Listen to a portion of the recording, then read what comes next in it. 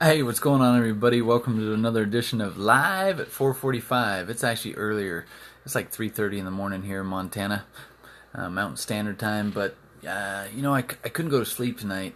I was up reading and was up thinking, and then I started jotting down some thoughts, and that turned into a couple hours now where I've just been kind of really engrossed in this train of thought. So I figured I'd share it with you guys.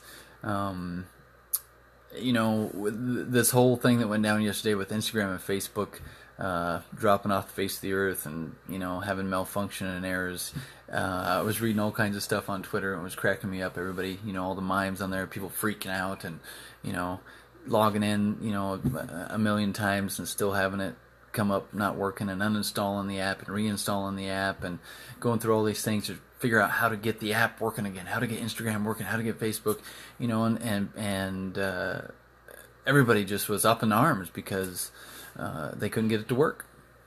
And it made me realize, I know this, but how much, and I think a lot of people realized how much they rely on an app, and that's all it is. It's a program that somebody came up with that enables us to communicate, which is great.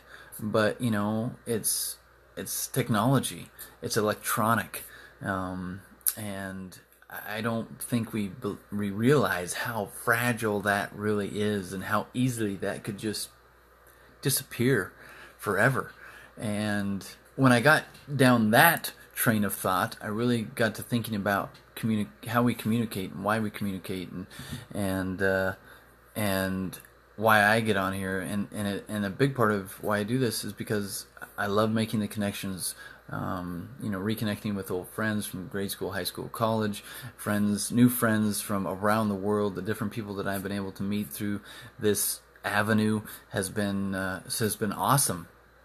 And yet, if this disappeared tomorrow and Instagram ceased, if Facebook ceased, if I couldn't Google any longer, all of those friendships that have been created within this framework would really be gone. Unless, I went to Bali or I went to Australia, went wherever these guys were and tried to hunt them down by word of mouth, or they traveled to Montana and tried to hunt down some hick cowboy in Trout Creek, which that'd be actually pretty easy.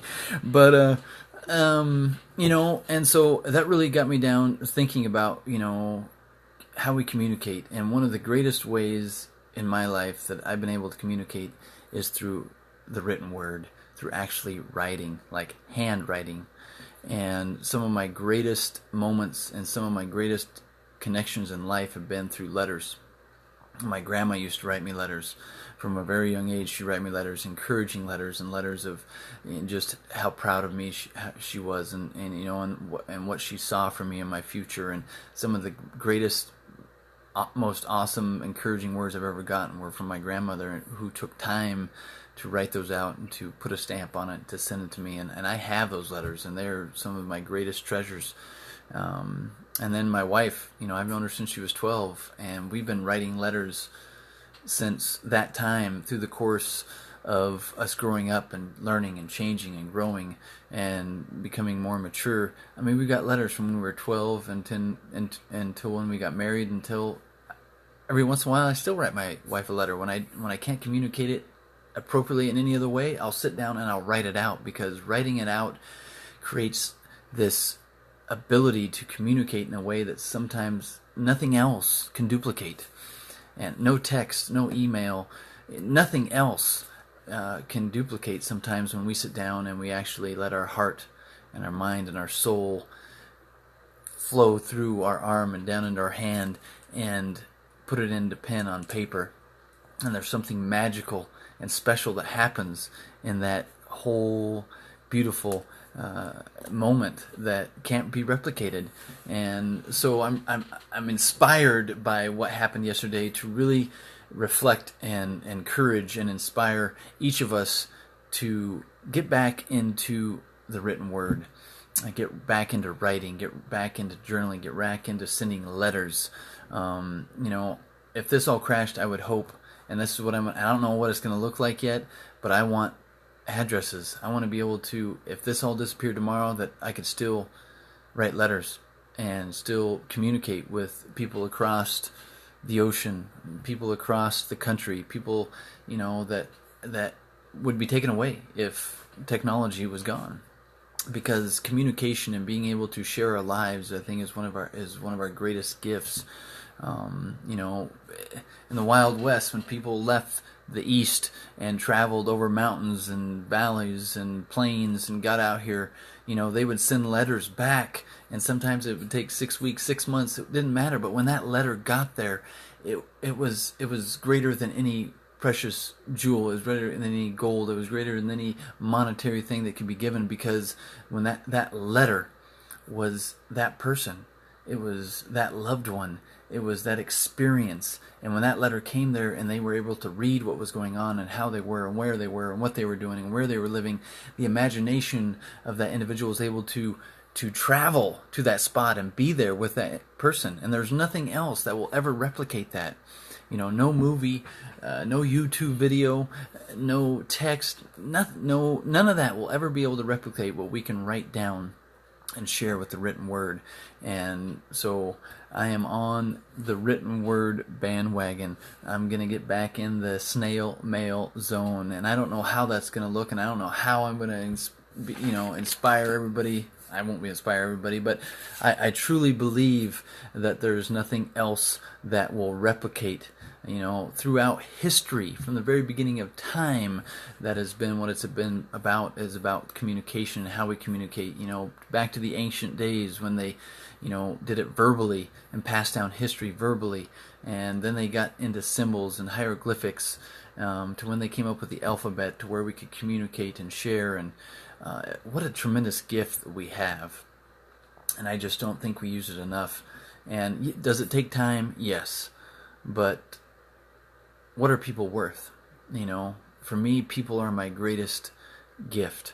And if I love my wife, if I love my children, if I care about those around me, then what greater way to show them that by taking my time? Because time is priceless. We can never be, we don't get any more time. Once it's gone, it's gone. And when I take the time to write something out, it is, I think, more than anything else, one of the best ways to show how much we care. And I want to show people that I care.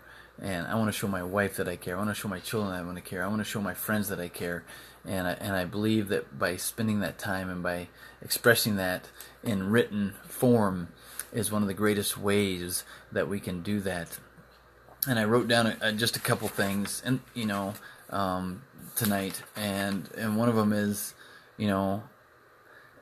we are writing our own story, and we often just choose to forget the pen.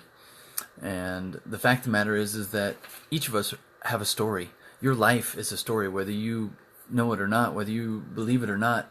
And it is a bestseller, because there is no other story like your story. There's no other story like my story. And it's being written every moment of every day that we are given the opportunity to live.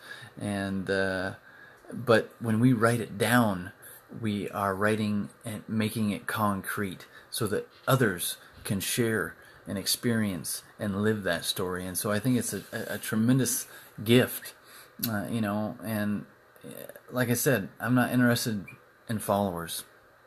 I don't want followers. I want friendships. I'm not worried about likes.